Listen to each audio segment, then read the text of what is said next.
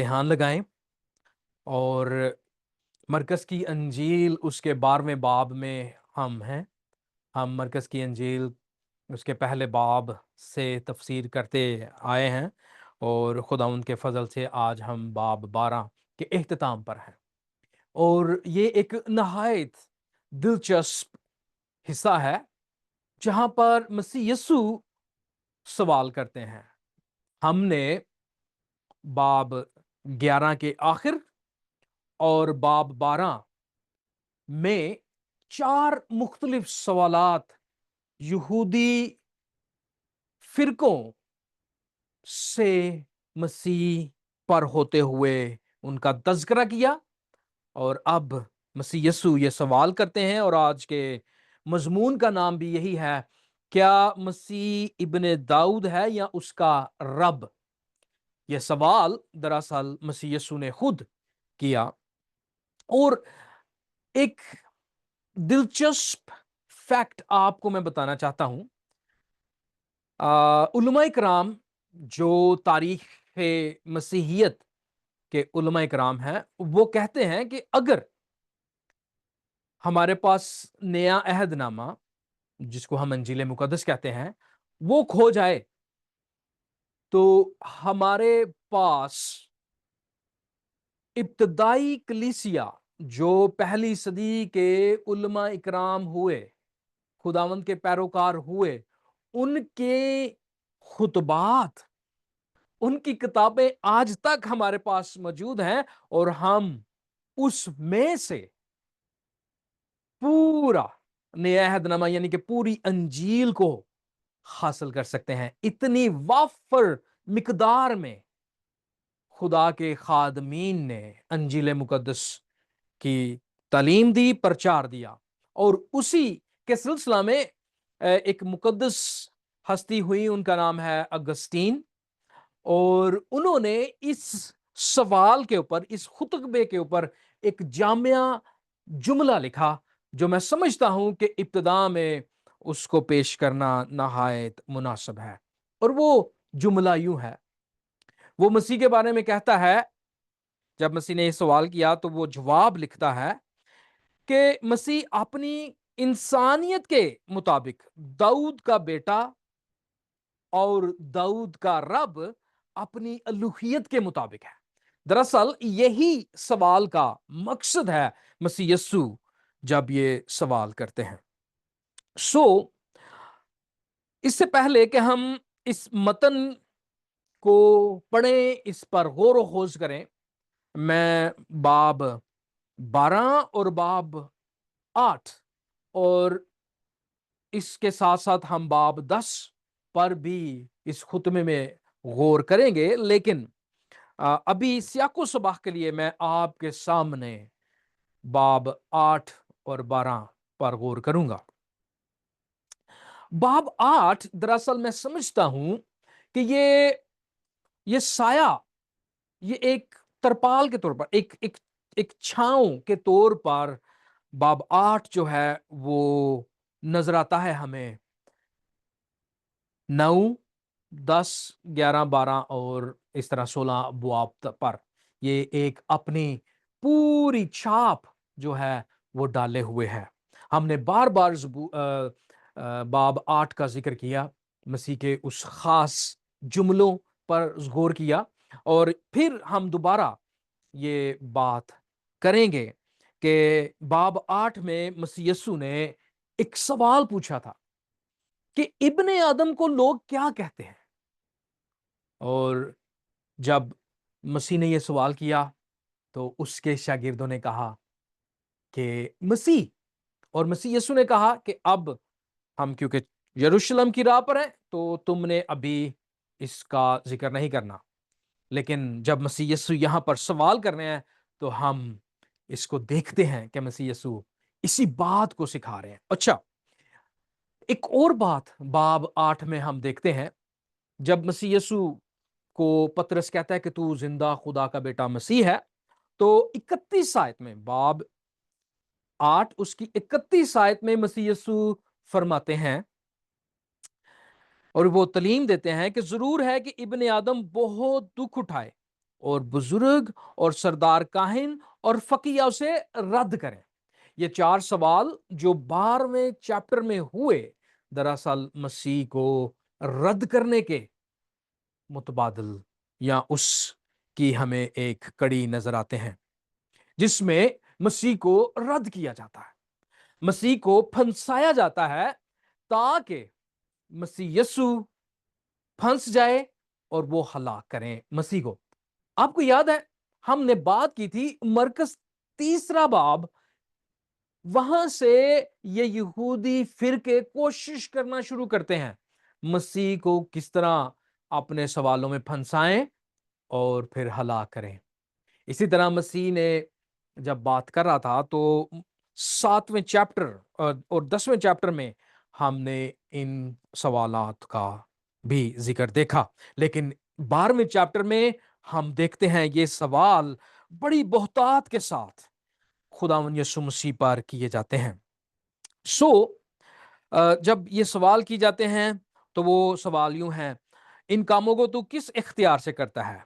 ہمیں کیسر کو جزیہ دینا روا ہے یا نہیں؟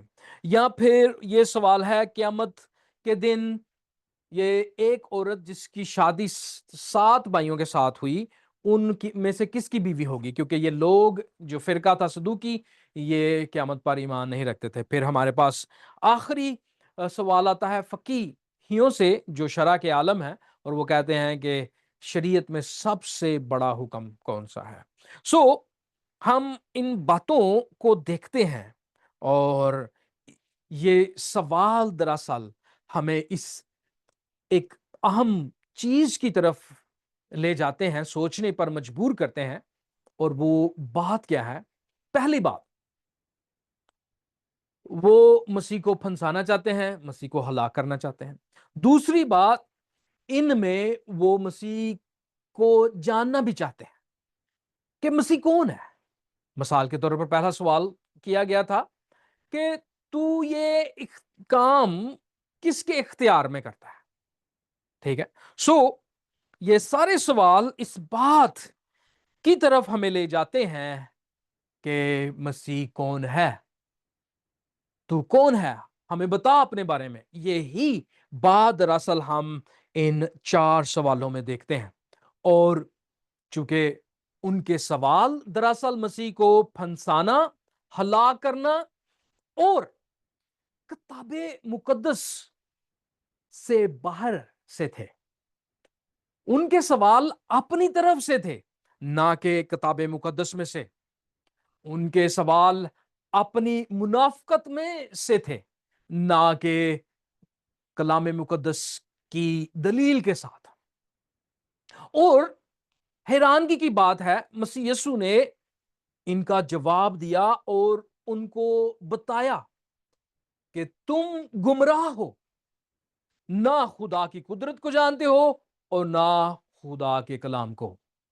مسیح نے بڑے واشگاف الفاظ میں یہ بات کی، جس سے ہم ایک بات سیکھتے ہیں کہ یہودی مذہبی رہنماؤں کے سوال کا مقصد مسیح یسوع کو پھنسانا، ہلاک کرنا تھا، لیکن مسیح یسوع کے سوال کا مقصد دراصل ان کو بتانا کہ وہ کون ہے اور ان کو ہمیشہ کی زندگی کی دعوت دینا۔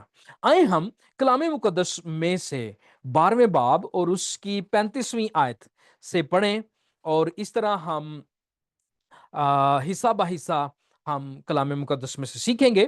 35ویں آیت سے لے کر ہم 37ویں آیت تک پڑھیں گے، اور پھر ہم اگلا حصہ بعد میں پڑھیں گے جب ہم اس حصے کی تشریح پر آئیں گے، اور اسی طرح پھر اگلا حصہ۔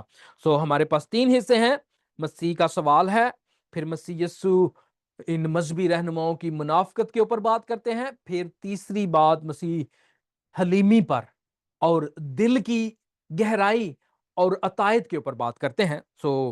ہم ان 3 حصوں کو بڑے احسن طریقے سے سیکھیں گے، لیکن پہلا حصہ میں پڑھنے لگا ہوں، آیت 35 آپ کے سامنے اسکرین پر موجود ہے۔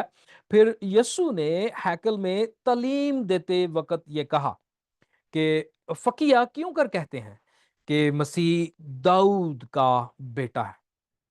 داؤد نے خود روح القدس کی ہدایت سے کہا کہ خداوند نے میرے خدا سے کہا میری دہنی طرف بیٹھ جب تک میں تیرے دشمنوں کو تیرے پاؤں کے نیچے کی چوکی نہ کروں۔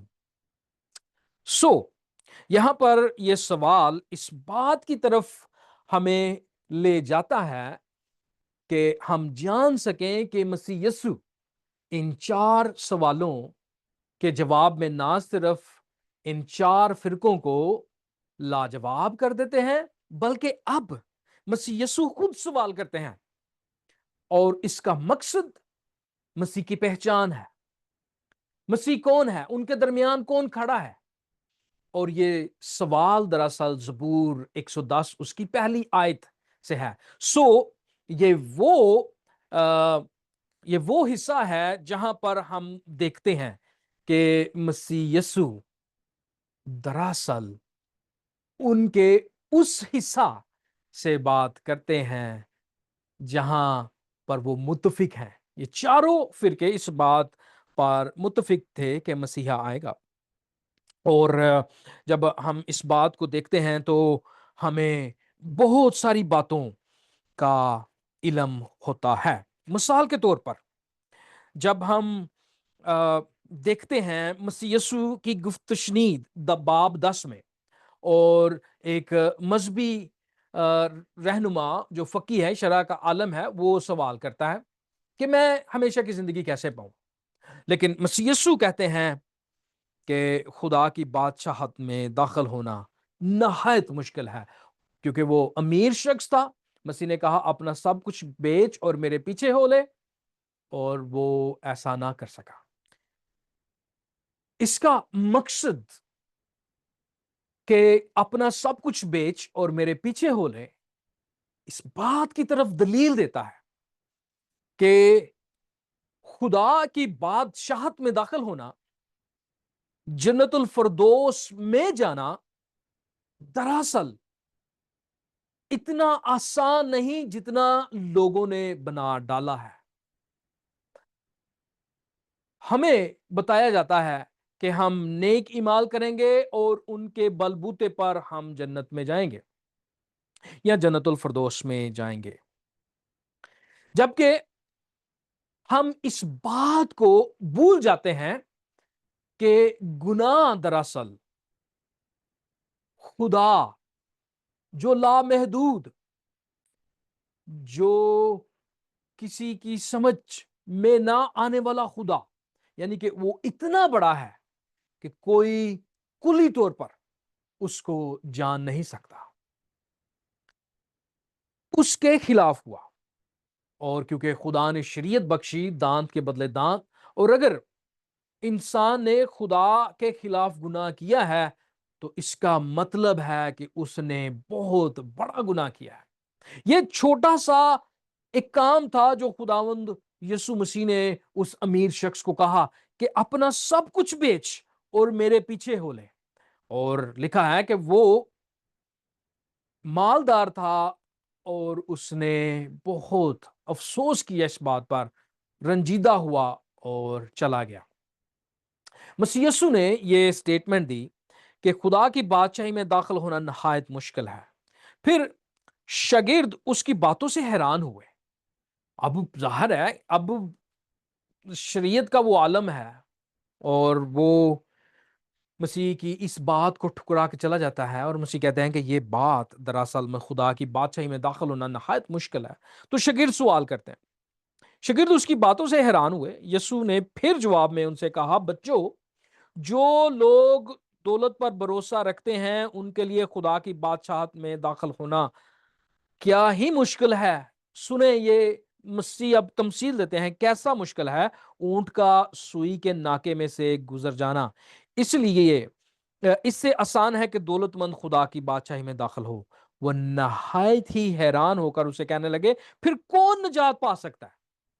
اگر نجات پانا اتنا مشکل ہے تو پھر کون نجات پا سکتا ہے؟ دراصل یہ سوال ہے آج بھی انسانوں کا، جب وہ نیک اعمال پر نیک اعمال अच्छे कामों पर अच्छे काम, लेकिन अपने अंदर तसल्ली नहीं पाते, तो वो सवाल करते हैं, हम कैसे हमेशा की जिंदगी पाएंगे?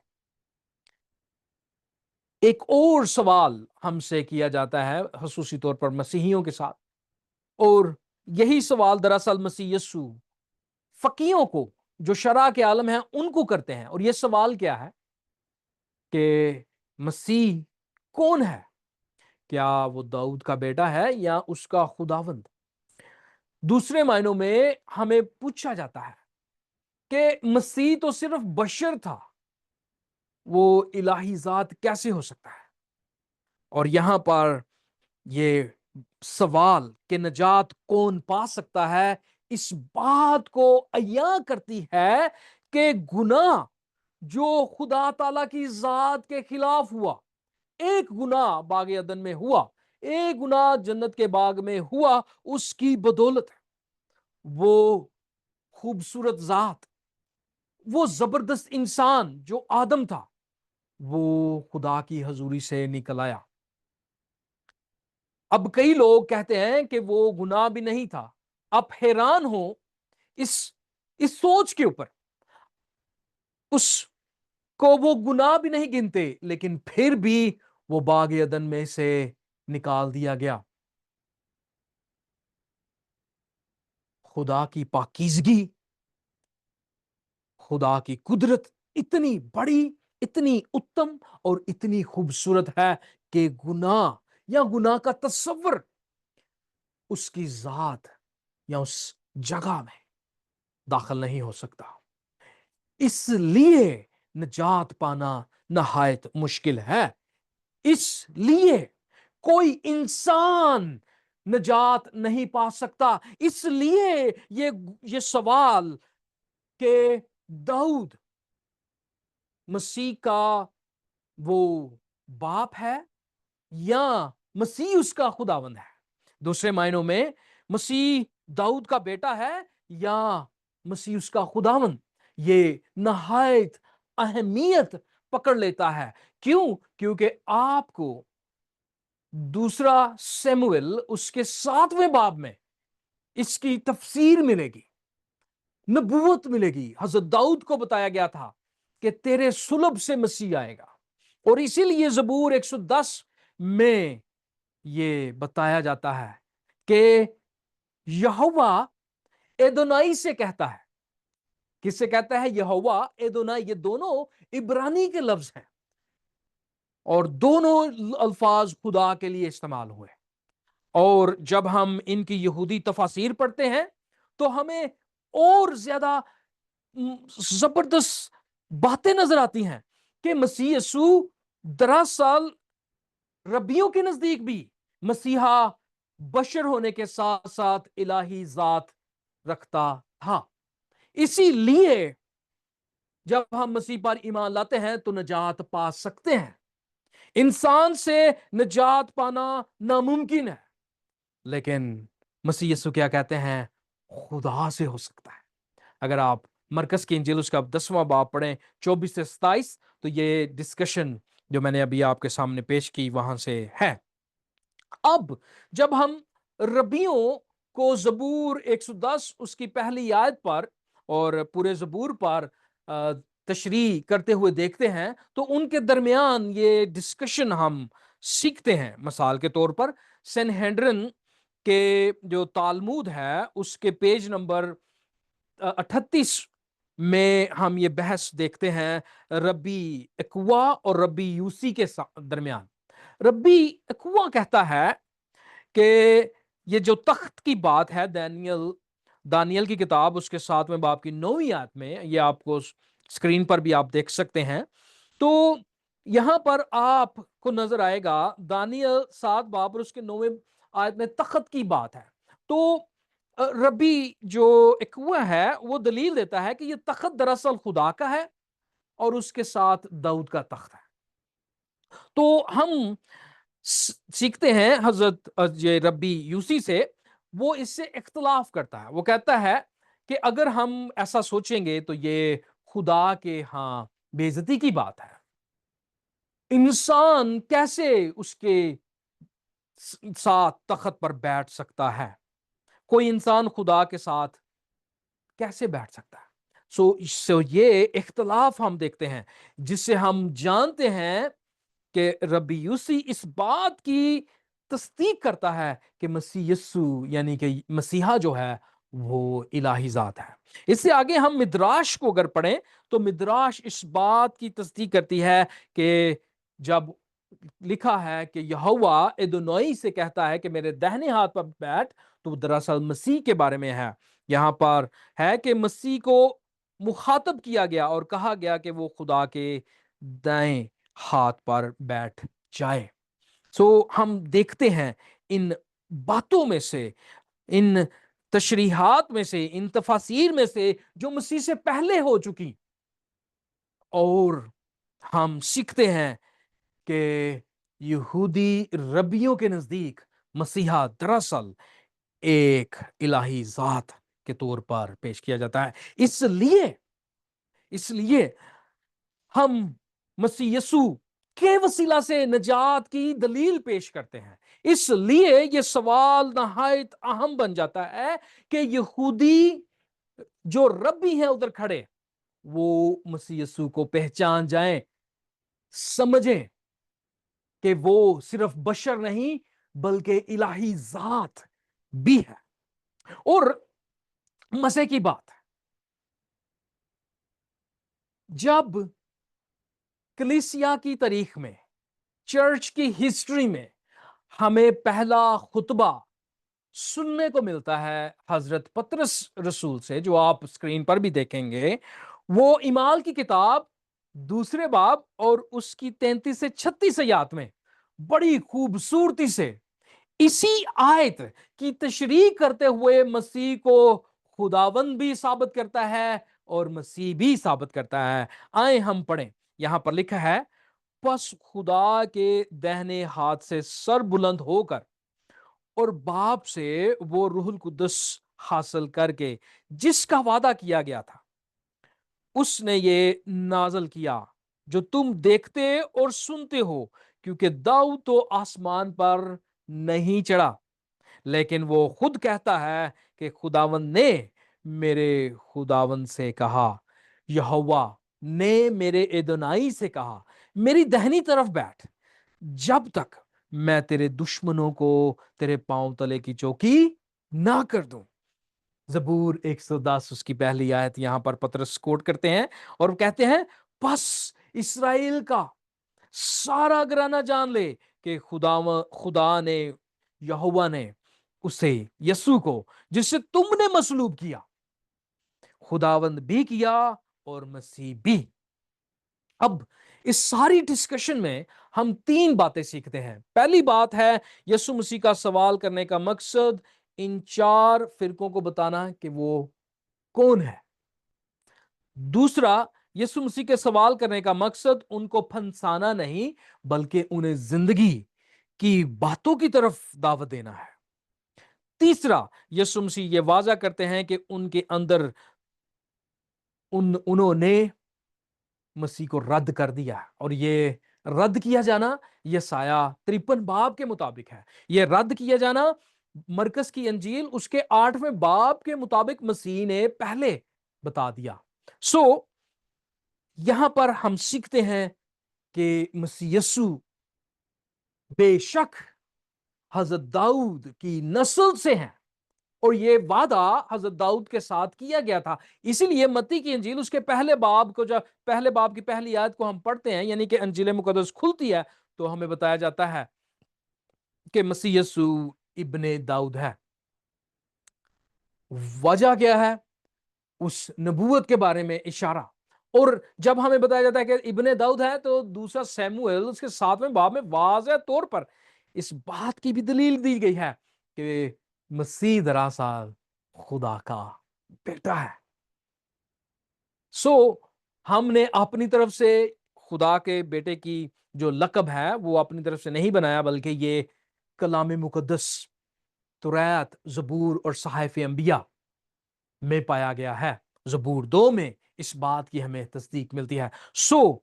हम इस बात को दोबारा कहते हैं कि मसीह यस्सु बतौर बशर वो दाऊद का बेटा है, लेकिन मसीह यीशु बतौर खुदावंद अपनी अलूहियत के सबब से वो दाऊद का खुदावंद है। आए हम जब मसीह की इस बात को देखते हैं मरकस 8 बाब के मुताबिक, और मसीह यीशु को वो रद्द करते हैं क्योंकि उन्होंने 4 सवाल किए थे, हमने शुरू में उसका जिक्र किया। और इसकी वजह यही है कि वो मसीह को रद्द कर चुके थे अपने दिलों में और मसीह को फंसाना चाहते थे ताकि उसको हलाक करें। तो मसीह यीशु उनकी मुनाफकत के ऊपर बात करते हैं। फिर मसीह यीशु दोबारा मरकस बताता है, तालीम देते हैं, और 37 आयत से वो शुरू है, आप स्क्रीन पर देख सकते हैं। 37 आयत में लिखा है, दाऊद तो आप उसे खुदावंद कहता है, फिर वो उसका बेटा कैसे हुआ? वो आम लोग खुशी से उसकी सुनते थे, पर उसने अपनी तालीम में कहा कि फकीयों से खबरदार रहो, जो लंबे लंबे जामे पहनकर फिरना और बाजारों में सलाम और इबादत खानों में आला दर्जे की कुर्सियां और जियाफ्तों में सदर नशीनी चाहते हैं, और वो बेवाओं के घरों को दबा बैठते हैं और दिखावे के लिए नमाज की को तूल देते हैं, इन्हीं को ज्यादा सजा मिलेगी। यह हवाला हम जान सकते हैं कि हमें यहूदी मजहबी आलमों की मुनाफकत की तरफ ले जाता है। उनके सवालों में पाई जानी मुनाफकत पर हमने गौर किया, और जो भी आज मसीह यीशु पर सवाल करते हैं बगैर मतन के, बगैर सियाको सबाक के, दरअसल वो धोखा है, वो मुनाफकत है। और जो भी अंजील मुकद्दस पर उंगली उठाता है बगैर प्रूफ टेक्स्ट के, बगैर वाजिया दलील के, और बता देता है कि अंजील मुकद्दस तब्दील है, तो दरअसल ये उसकी खुशफहमी है, क्योंकि ना तो वो अपने कलाम जिसको वो इल्हाम मानता है उसको पेश कर रहा है, और ना ही खुदा की कुदरत को और खुदा को वो जानता है। क्योंकि हम ईमान रखते हैं खुदा पाक है और उसकी जात में कभी तब्दीली नहीं आ सकती। और इसी बात को दरअसल मसीह यीशु इन मजहबी रहनुमाओं की मुनाफकत की तरफ हमें दिखाते हैं कि वो जाहरी तकवा तो करते हैं, जाहरी दिखावे तो दिखाते हैं कि वो किताब मुकद्दस पर ईमान रखते हैं, लेकिन वो सब दिखावा है। वो ये सब कुछ अपनी इज्जत के लिए करते हैं, वो सब कुछ वो लोगों से छीनने के लिए करते हैं। जिस तरह वो बेवाओं की मिसाल दी गई, वो कमजोरों के हक पर डाका डालते हैं। इसके बारे में मरकस 12वां बाब और उसकी 32 से 34 आयत में मसीह यीशु जब फकी को जवाब देते हैं, तो फकी कहता है बेहतरीन जवाब है जनाब, लेकिन मसीह यीशु उसके दिल को जानते हैं। वो कहते हैं कि ये बातें तो ठीक करता है, ये कलाम को तो समझता है, लेकिन ये दिल से कबूल नहीं करता, ये दिल से मुझे रद्द कर चुका है। इसलिए मसीह यीशु फरमाते हैं कि तू खुदा की बादशाही से दूर नहीं, तू खुदा की बादशाही में नहीं, बल्कि उससे दूर नहीं। सो मकसद क्या है यहां पर? हम देखते हैं बुलावा है, अपने सारे दिल, अपनी सारी जान, अपनी सारी अक्ल और अपनी सारी ताकत से खुदावन से मोहब्बत रखना।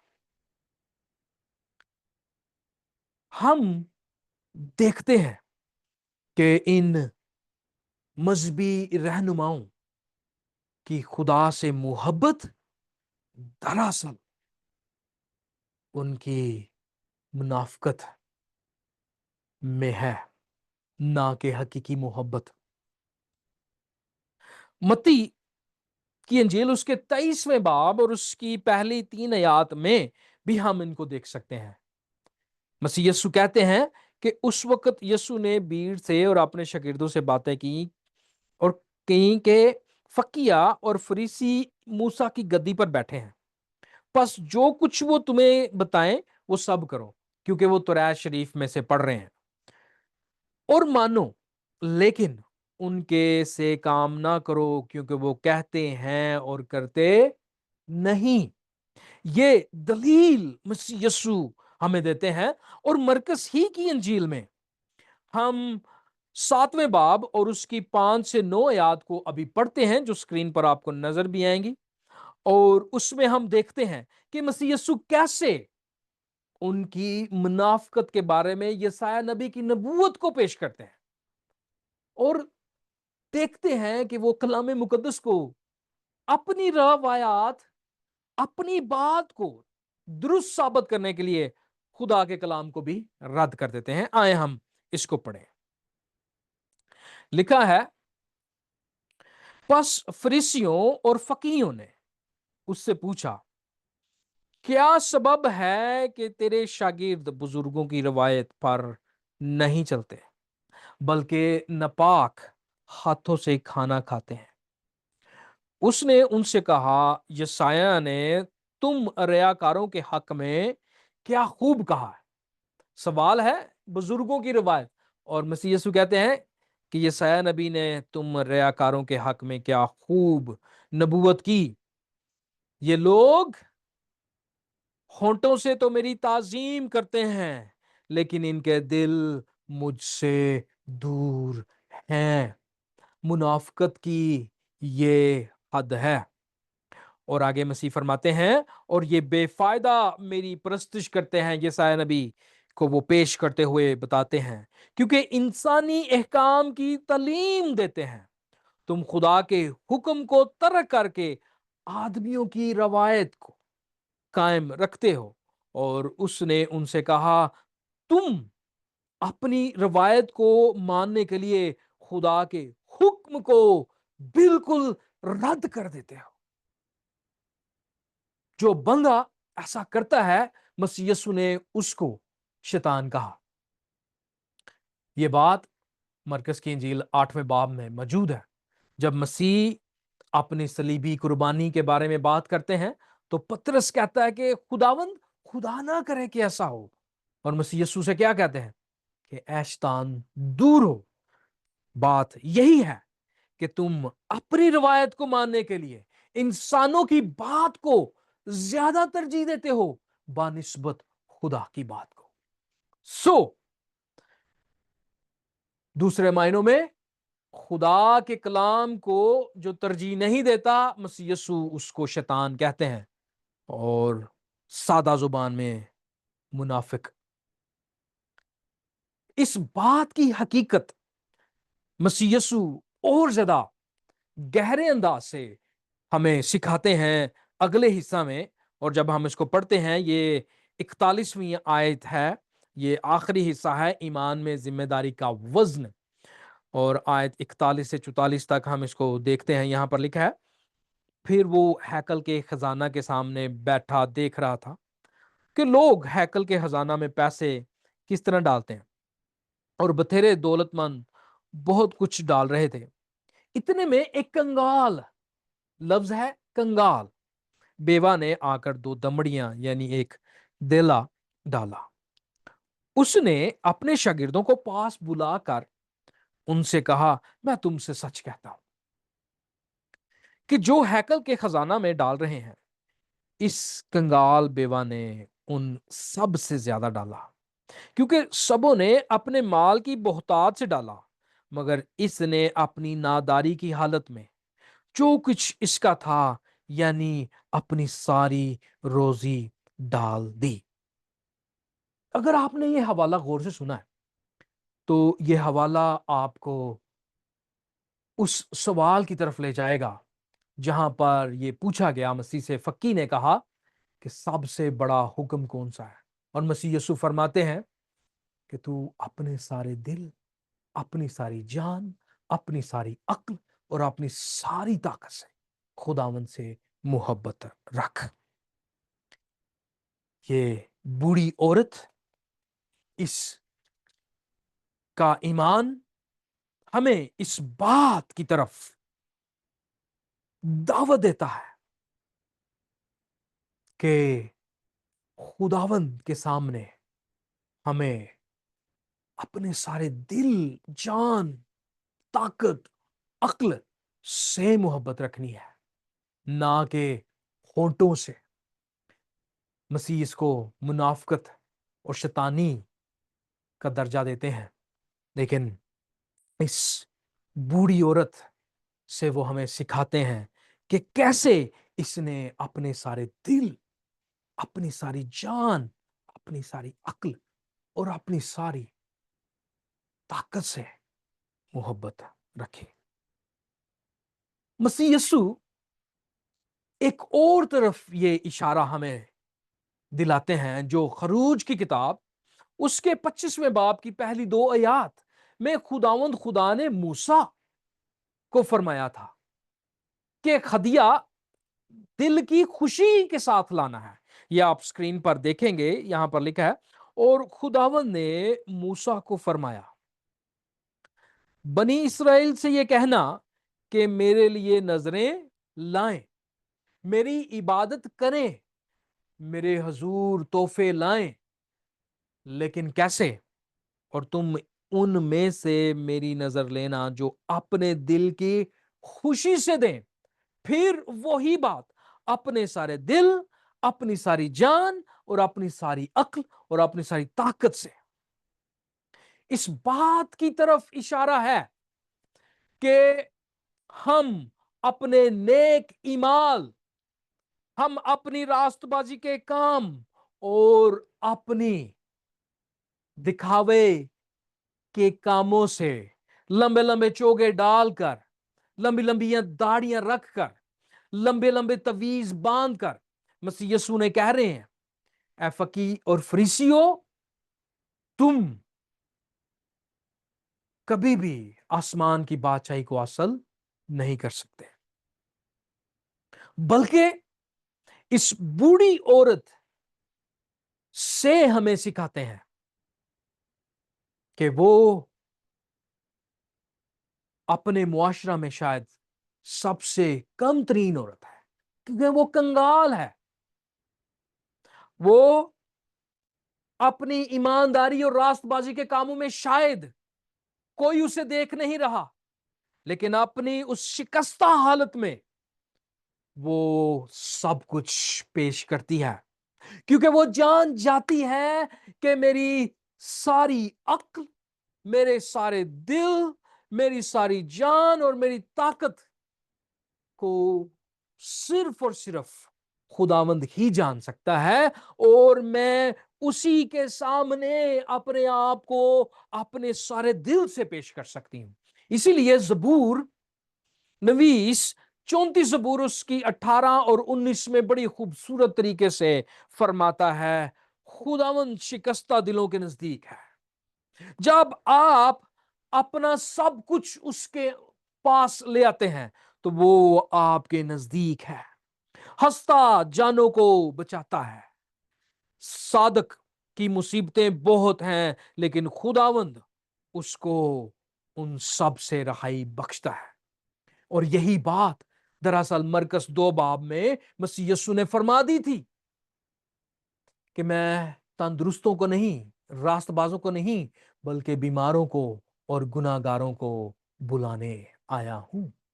اگر آپ سمجھتے ہیں کہ آپ کے راست بازی کے کام آپ کو بچا لیں گے تو مسیح کہتے ہیں موسٹ ویلکم، لیکن میں یہاں پر گناہ گاروں کو نجات دینے آیا ہوں۔ اس لیے متی کی انجیل اس کے 11ویں باب میں واشگاف الفاظ میں مسیح یسوع فرماتے ہیں اے محنت اٹھانے والوں اور بوجھ سے دبے ہوئے لوگوں، سب میرے پاس آؤ، میں تم کو آرام دوں گا۔ मेरा जुआ अपने ऊपर उठा लो और मुझसे सीखो, क्योंकि मैं हलीम और दिल का फरोतन, तो तुम्हारी जानें आराम पाएंगी, क्योंकि मेरा जुआ मुलायम और मेरा बोझ हल्का है। मसीह यीशु दूसरे मायनों में कह रहे हैं कि मैं तुम्हारा बोझ उठाने आया हूं। दूसरे मायनों में मसीह यीशु हजरत याया की उस नबूवत को पूरा करते हैं। जब हजरत याया अल मसीह को देखता है तो कहता है, देखो खुदा का बर्रा जो दुनिया के गुनाह उठा लिए जाता है। अब हम इन इन तीन बातों में हमने क्या सीखा? हमने पहली बात, हमने ये सीखा मसीह यीशु अपनी शिनाख्त करवाते हैं। यीशु मसीह ना सिर्फ दाऊद की नस्ल से पैदा हुए, बल्कि आप के बारे में कलाम पाक बताता है कि इब्ने आदम यानी हजरत दानियल की किताब उसके 7वें बाब की 13 और 14 में जो शख्सियत बताई गई है वो आप हैं। वो कैसी शख्सियत है? कलाम मुकद्दस हमें बताता है कि एक शख्स आदमजाद की मानद आसमान के बादलों के साथ आया और कदीमुल-याम तक पहुंचा। वो उसे उसके हजूर लाए और सल्तनत और खशमत और ममलिकत उसे दी गई, ताकि सब लोग और उम्मतें और अहले लुगत उसकी खिदमत गुजारी करें। उसकी सल्तनत अबदी सल्तनत है जो जाती ना रहेगी, और उसकी ममलिकत लाजवाल है। यानी कि मसीह यीशु जब कहते हैं कि मसीह दाऊद का बेटा है या खुदावंद, तो दूसरे मायनों में मसीह यीशु कह रहे हैं कि मैं वो वादाशुदा बादशाह हूं, मैं वादाशुदा मसीह हूं, मैं वादाशुदा खुदावंद हूं जो तुम्हें बचाने के लिए आया हूं। और दूसरी बात हमने सीखी, हमारी अपनी जिंदगियों में मुनाफकत कैसी है। क्या हम खुदा के कलाम को सिर्फ होंठों से और दिखावे के लिए पढ़ते हैं, या दिल से उसे कबूल करते हैं? और इसके बारे में हजरत याह्या बड़ी खूबसूरत बात करते हैं मत्ती की इंजील उसके 3 बाब में। जब उन्होंने फकी फरीसी और मजहबी आलमों को देखा अपने पास आते, तो कहते हैं, ऐ सांप के बच्चों, तुम्हें किसने जिता दिया कि आने वाले गजब से भागो, बस तौबा के मुआफिक फल लाओ। और फिर वो मसीह के बारे में बताते हैं कि जो मेरे बाद आता है वो मुझसे जोरावर है, मैं उसकी जूतियां उठाने के लायक नहीं, वो तुमको रूहुल कुद्दस और राख से बपतिस्मा देगा। मायनी मसीह यस्सु को कबूल करो, ये हजरत याह्या भी उन्हें फरमा गए थे। और तीसरी बात, खुदा की अतायत में हकीकी कुर्बानी और सखावत का जज्बा पैदा होता है। और मसीह यस्सु को जब हम जान जाते हैं और अपनी हालत को जान जाते हैं कि हम अपने आप को बचा नहीं सकते, लेकिन मसीह की पैरोकारी, मसीह को कबूल करके हम निजात हासिल कर सकते हैं, क्योंकि वो मसीहा भी है और खुदावंद भी है, वो बशर भी है और इलाही जात भी है। और ये बात हम अपनी तरफ से नहीं, बल्कि हमने कलाम मुकद्दस नबियों के सहीफों में से आपके सामने पेश की। खुदावंद आपको इसको कबूल करने की तौफीक अता फरमाए, और ये जानने की तौफीक अता फरमाए कि आप अपने नेक अमाल से जन्नत में नहीं जा सकते, लेकिन मसीह को अपना शख्सी नजात दहिंदा कबूल करके उसके कफारे पर ईमान लाकर आप बच सकते हैं। खुदावंद आपको